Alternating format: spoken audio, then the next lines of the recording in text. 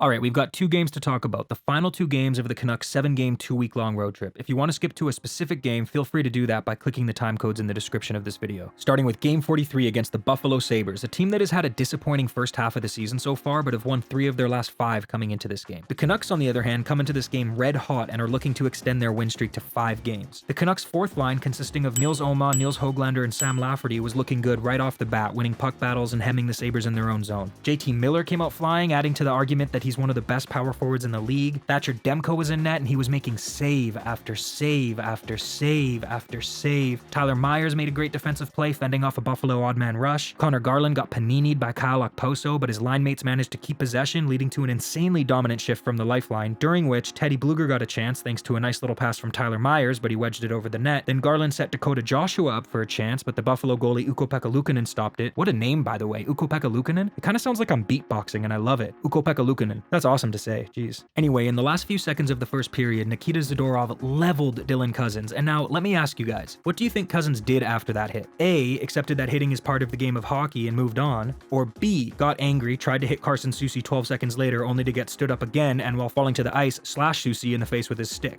If you chose B, you'd be correct. Cousins got up, tried to hit Carson Soucy, failed hilariously, and while falling to the ice, slashed Soucy in the face. And before you say it was an accident, anyone who's played hockey at any level before knows that you have a lot more control of your stick than Cousin wants you to think here. This was one of those accidentally on purpose situations. No penalty was called, but it definitely added some heat to the game. Then, 10 seconds into the second period, Filip Hronek and Sabres defender Mattias Samuelsson collided in front of the net. Hronek was okay, but Samuelsson was forced to leave the game with an injury. It's pretty clear that there was no intent to injure from Hronek here, so no penalty was called, but it added even more heat to the game. JT Miller was unhappy with the way the linesman dropped the puck here and kind of just gave up on the faceoff altogether, but 15 seconds later, he won the faceoff, which led to Brock Besser scoring his 28th goal of the season to put the Canucks up 1-0. Wait, never mind. Miller was offside. No goal. Then, nearing the end of their shift, 2/3 of the lifeline, Dakota Joshua and Connor Garland forechecked hard, setting Miller up for a shot on goal, but it was stopped by Luukkonen. However, just a few seconds later, the Canucks' fourth line put together another great shift, allowing Sam Lafferty to score his 10th goal of the season, putting the Canucks up 1-0. For real this time. But watch this. Out of what felt like nowhere, after the goal was scored, Buffalo forward Jordan Greenway hit Sam Lafferty mid-celebration. But why? Well, let's rewind. 7 seconds before the goal was scored, Nils Höglander got the puck behind the net. Greenway went to check him, but couldn't because Big Hog just kept spinning around. And I think that's all it took to piss Greenway off, because 5 seconds after having his ankles turned to dust, he took his anger out on Sam Lafferty's face. And get this, no penalty was called. Lafferty was cut and still nothing. Weird. Then, Sabres forward Zemgus Girgensons, amazing name by the way, got a shot off on a partial breakaway, but Demko obviously stopped it. I'm honestly not sure why Buffalo kept trying to score. It was clear they weren't going to get one past Demko, but kudos to them for trying, I guess. Then, a frustrated JT Miller pulverized Buffalo's best player Rasmus Dahlin into the boards, and while Dahlin was struggling to get up, his teammate Owen Power grabbed Miller's knees as a way to warn him, "Hey, if you ever do that again, I'm gonna grab your knees even harder." Also, I think it's safe to say Buffalo has some of the best names in hockey. Ukko-Pekka Luukkonen, Zemgus Girgensons, Owen Power, even Tage Thompson is a sick name. But yeah, Dahlin was injured and left the game, adding even more heat to an already hot game. The refs reviewed the hit to see if Miller broke any rules, but it was clear he didn't, so no major penalty was given, but they ended up calling him for elbowing, which didn't really make any sense to me, especially when you consider what Greenway did to Lafferty just a few minutes earlier, but whatever, it didn't matter because Power was penalized for knee hugging, so the teams played 4-on-4 for a few minutes. The Sabres started pressuring, but future Selke winner Elias Pettersson made a great defensive play to alleviate it. Shortly after that, Mikheyev got a breakaway but hit the post, still 1-0 for the Canucks. Now, this is when I started screaming at my TV. Seeking payback for Miller's hit on Dahlin, Alex Tuch took a run at Quinn Hughes. Good thing Quinn is so damn slippery. But then Dylan Cousins did the same thing, but this one looked like it actually bothered Quinn a bit. Please stop.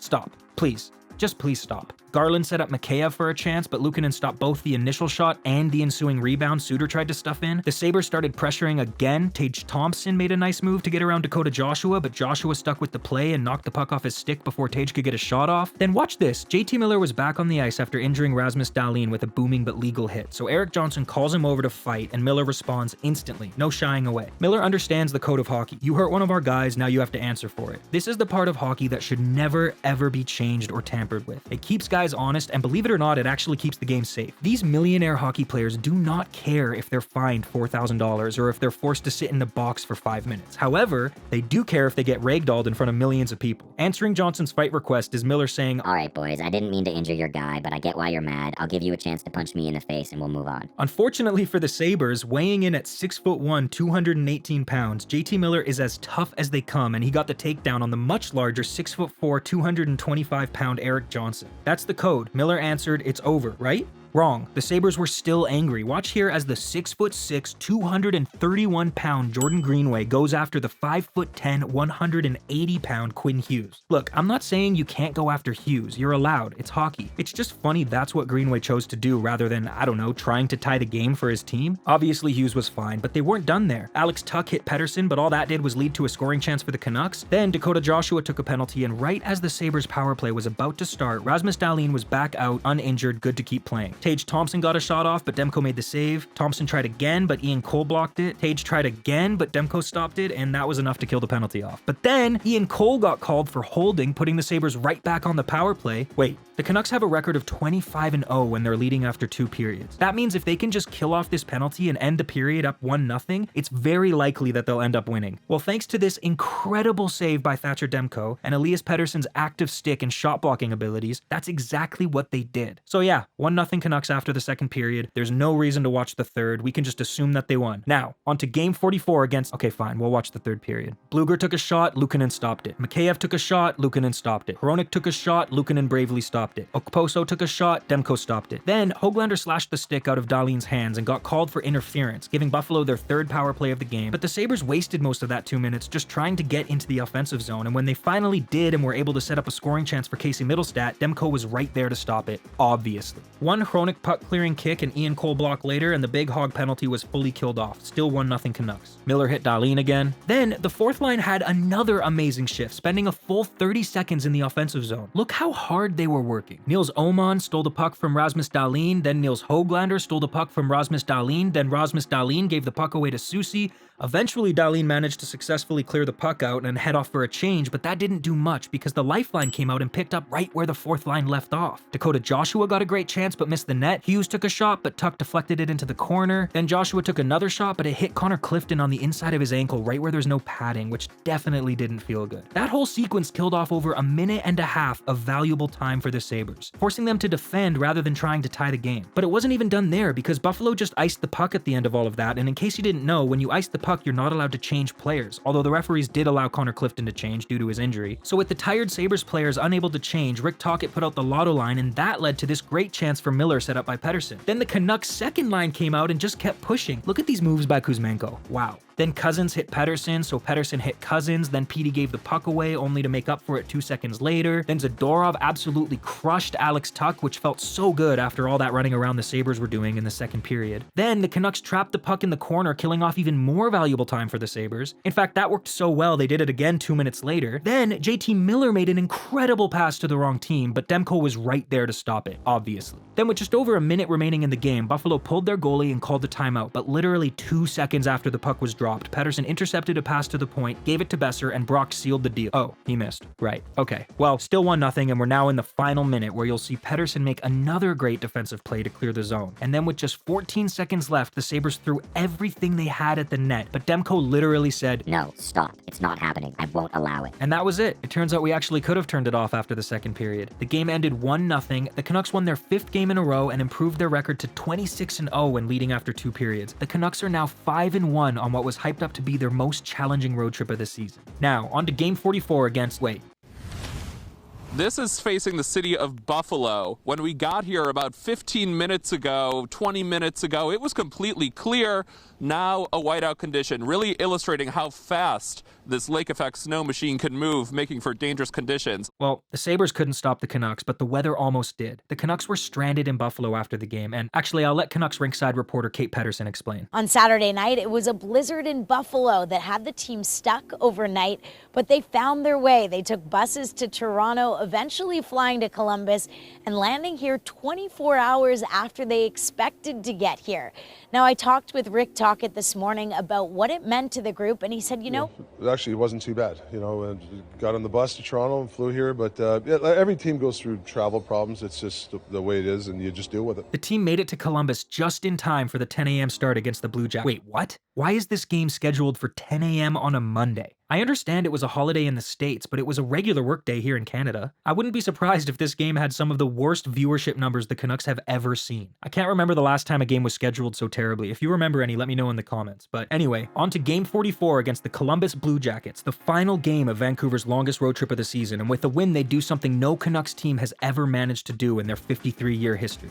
Win 6 games on a single road trip. Let's see if they can do it. Casey Ryan Gosling DeSmith was in net for the Canucks, and Elvis Merzlikins started in net for the Blue Jackets for the first time in nearly 3 weeks. He's been sharing the net with Daniil Tarasov and ex-Canuck Spencer Martin, and if the rumors are true, Elvis isn't too interested in sharing, especially if it means he doesn't get to play for 18-day stretches. He definitely had something to prove this game. Right off the bat, Blue Jackets forward Jack Roslovic was called for tripping, but all the Canucks could muster up on the power play was this scary bomb from Filip Hronek. Oh my god, it's terrifying. Big Hog was flying around the ice, showing no signs of being tired at the end of this long road trip. He made a nice pass to Tyler Myers, who set up Dakota Joshua for a shot, but Elvis was right there to stop it. Then after Jack Roslovic missed the net, spoiling a decent scoring chance for Columbus, JT Miller floated one in from the point for his 20th goal of the season. 1-0 Canucks. A few moments later.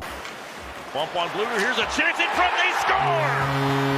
Oh, okay. 1-1. DeSmith made a nice positional save. Zadorov danced around the offensive zone looking like a young Zdeno Chara. Kuzmenko was back doing his little Beyblade spins. Then the Canucks' fourth line put together another great shift. These guys are playing super well lately. We might have to name them. Elias Selke Trophy Pettersson saved a goal. Then, living up to their name, the Lifeline produced Connor Garland's 6th goal of the season to put the Canucks up 2-1. Look at this pass by Teddy Bluger.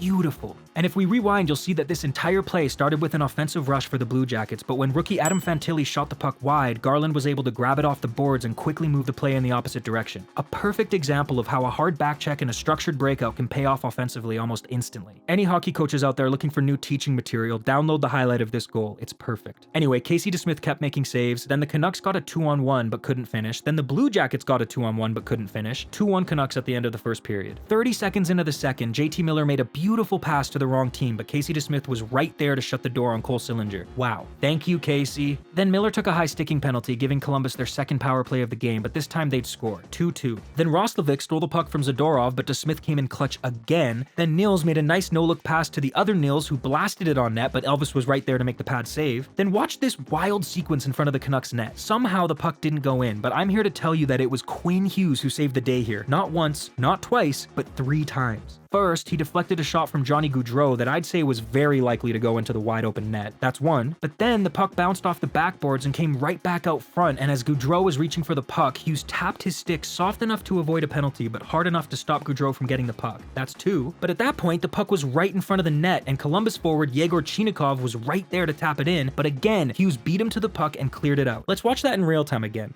Amazing. Quinn Hughes is a defensive juggernaut. Now, for anyone wondering why Andrei Kuzmenko keeps getting scratched, I have another example of why that's happening. Kuzmenko gets the puck in the neutral zone, and it's clear based on the way all the other players are playing that Tocchet wants Kuzi to dump the puck in and chase after it here, but instead, he tries to stick handle and loses the puck. Luckily for him, nothing bad came from it. In fact, he got the puck right back and made a nice move behind the net, drawing a penalty in the process, giving the Canucks their second power play of the game, and after being robbed by Elvis on his first try, Pettersson would get it right the second time around, scoring his 23rd goal of the season to put his team up 3-2. So I guess it kind of evens out for Kuzi there. Then Big Hog crunched Damon Severson into the boards, and Severson swung his stick around dangerously and caught Hog up high, leading to another power play for his team. But at this point, the Canucks' fatigue was really starting to show, and all they could muster up on that power play was another bomb from Hronek that Alexander Texier blocked with his wrist. Ouch. Also, fun fact, Texier is only the 12th France-born player to ever play in the NHL. Anyway, that was it. 3-2 Canucks after the second period. Remember, they're 26-0 when leading after 2. Should we even watch the third? Okay, fine, just for fun though. Chinikov got a chance, DeSmith stopped it. Voronkov got a chance, DeSmith... He's got the chance and he slips it in on the far side. Oh, tie game. What happened there? Let's rewind. Ian Cole couldn't clear the puck, but it's okay because it came out anyway. Columbus brought it back in. Cole had another chance to clear but couldn't. Then he got another chance but couldn't. Oh, I see what happened. The guys are tired. It's all good. Don't worry about it. Columbus pressured a bit, then Vancouver pressured a bit, but nothing came of either, and it was time for overtime. Kuzmenko made a nice power move to the net here, but Elvis stopped him. This could have been the game right here. What a great save. Then the Blue Jackets got called for too many men on the ice, giving the Canucks a power play in overtime, but before anything cool could happen, Pettersson got called for tripping and it was back to even strength. Then DeSmith made a fantastic save to keep the game going, and then right after made an even more impressive one with only 5 seconds left. Game over. Tie game. Alright, well, Columbus won the extra point thanks to this beautiful move in the shootout by Kirill Marchenko, but you know how I feel about shootouts. They suck. I prefer them to having games end in actual ties though, so whatever. Thank God there's no shootouts in the playoffs. Now, I saw a lot of people commenting on the way Elvis celebrated after this win, and I just want to say I'm happy for him. He clearly really needed this win after losing the starting position to a player 5 years younger than him. In fact, he was interviewed after the game and dropped an insanely sick quote. Listen to this. I'm gonna tell you honestly, I'm mad and I'm pulling out the monster out of me now. Also, apparently Elvis requested a trade right after the game too, so assuming he gets what he asked for, that might end up being his last game with Columbus, and I'm just happy he got the win for the team that drafted him 10 years ago. Looks like Elvis might be leaving the building. Sorry. So, the Canucks weren't able to close that last game out, and now they're only 26-0-1 when leading after 2. I know, it's terrible. Time to trade Pettersson and fire Tocchet. And while they couldn't quite set a franchise record with that 6th road win, they did manage to finish the road trip 5-1-1, and that's incredibly impressive. The Canucks are now 29-11-4, good enough for 1st in the Pacific Division, 2nd in the Western Conference, and 2nd in the entire NHL. Thanks for watching. See you later. We probably should have won every game. We should have won 7-0.